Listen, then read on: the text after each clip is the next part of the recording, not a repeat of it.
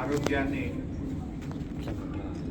ఎలా ఉందని వారు తొందరగా రికవరీ కావాలని చెప్పి కేసీఆర్ గారి ఆదేశాల మేరకు ఈరోజు వారి కుటుంబ సభ్యుల్ని పరామర్శించడం జరిగింది. డాక్టర్లతో కూడా మాట్లాడాం. ఆ దేవుడి దయ సంతోషం. అబ్బాయి ఇప్పుడిప్పుడు కొంత కళ్ళు తెరుస్తూ ఉన్నాడు, కొంత కాళ్ళు చేతులు కూడా ఆడిస్తూ ఉన్నాడు. తన నొప్పిని కూడా ఏడుపు రూపంలో తన నొప్పిని కూడా కొంత చెప్పగలుగుతున్నాడంటే it is a good symptom. Recovery అవుతున్నాడని అనిపిస్తూ ఉంది. డాక్టర్లు అయితే కాన్ఫిడెంట్గా ఉన్నారు. తప్పకుండా వారికి మంచి వైద్యం అంటే అన్ని రకాలుగా ప్రత్యేకమైన శ్రద్ధ చూపించి వారికి అత్యుత్తమమైనటువంటి వైద్యాన్ని అందిస్తున్నామని డాక్టర్లందరూ కూడా చెప్పడం జరిగింది. మరి కిమ్స్ చైర్మన్ గారు భాస్కర్ రావు గారు కూడా ప్రత్యేకమైన దృష్టి పెట్టి ఆ అబ్బాయిని మళ్ళీ పూర్తి స్థాయిలో నయం చేసి బయటకు వచ్చే విధంగా ప్రత్యేకమైన శ్రద్ధ పెడుతున్నామని చెప్పి డాక్టర్ భాస్కర్ రావు గారు, అదేవిధంగా అబ్బాయికి వైద్యం అందిస్తున్నటువంటి నిపుణులైన డాక్టర్లందరూ కూడా చెప్పడం జరిగింది. మేము కూడా బీఆర్ఎస్ పార్టీ తరఫున ఆ భగవంతుడు అబ్బాయిని ఆశీర్వదించాలి. తప్పకుండా అబ్బాయి మళ్ళీ మంచిగా నయమై మరి పూర్వస్థితిలోకి రావాలని చెప్పి మేము ప్రార్థిస్తూ ఉన్నాం.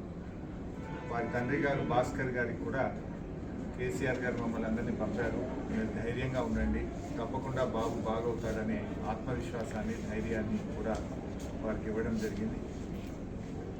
వారి అమ్మగారు రేవతి గారు చనిపోవడం చాలా దురదృష్టకరం.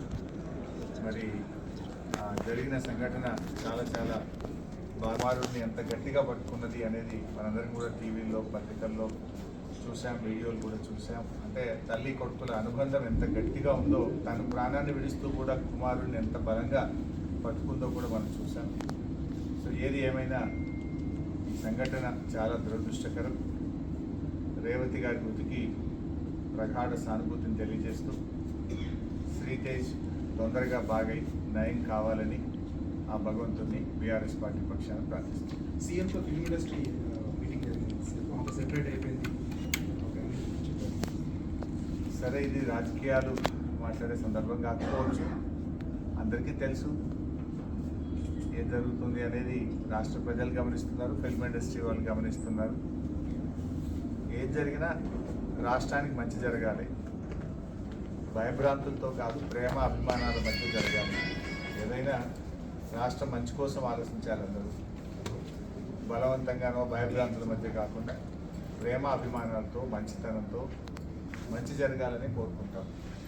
సరే, ఇప్పుడు ఎందుకంటే మేము వచ్చింది ఆసుపత్రి, ఇక్కడ మేము రాజకీయాలు మాట్లాడడం మాకు అంత కలుస్తారు సరైన సందర్భం కాదు. We only pray the god Sritej బాగా కావాలి, తొందరగా బయటకు రావాలని ప్రార్థిస్తాం.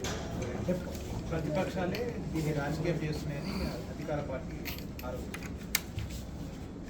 సరే, నువ్వేమో రాజకీయాలు మాట్లాడంటే నువ్వు పదే క్వశ్చన్లు రాజకీయమైన క్వశ్చన్లు వేస్తావు, చెప్తావు, బాగుంది చెప్పచ్చు.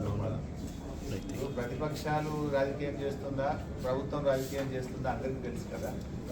నేను ఒక మాట సింపుల్గా అడుగుతున్నా సార్. 12 రోజుల తర్వాత కదా ముఖ్యమంత్రి స్పందించింది.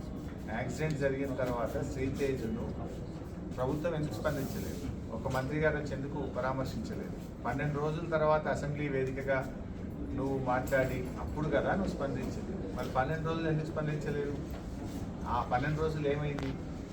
ఇంకోటి, శ్రీతేజ్ ఎంత ముఖ్యమో రాష్ట్రంలో ప్రతి పౌరుడు కూడా అంతే ముఖ్యం కదా. గురుకులాల్లో 50 మంది విద్యార్థులు చనిపోతే ఒక్క మంత్రిపై పరామర్శించలే. దానికి మంత్రిగా ఉన్న ముఖ్యమంత్రి గారు కూడా ఒకరోజు పరామర్శించలేదు. ఎందుకు వెళ్ళలేదు ముఖ్యమంత్రి గారు? మరి వెళ్ళి ఆ కుటుంబాలకు కూడా ప్రభుత్వం ఆదుకోవాలి కదా. ఆ తల్లిదండ్రులకు కూడా కడుపుకోతనే కదా. ఆ కడుపుకోతపై గిరిజన విద్యార్థులు, దళిత విద్యార్థులు, బీసీ విద్యార్థులు 50 మంది చనిపోతే ఎందుకు ప్రభుత్వం ఆ రోజు స్పందించలేదు? చట్టం అందరికీ సమానంగానే ఉండాలి కదా.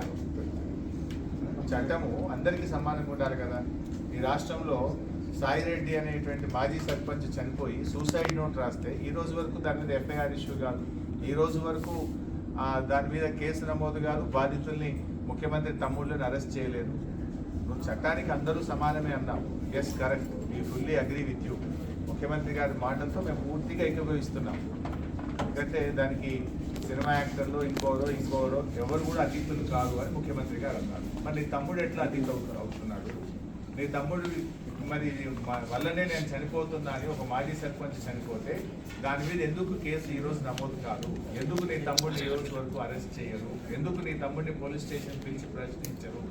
మరి చట్టం నీ తమ్ముడికి నీ కుటుంబానికి చుట్టమైందా అని నేను అడుగుతా ఉన్నాను. హౌ ఇట్ ఈస్, ఏ రకంగా కరెక్ట్? ఇంకా చెప్పాలంటే చాలా విషయాలని మేము మళ్ళీ మాట్లాడతాం, కానీ ఈ సందర్భం కాదు, హాస్పిటల్ దయచేసి మీరు కూడా అర్థం చేసుకోండి.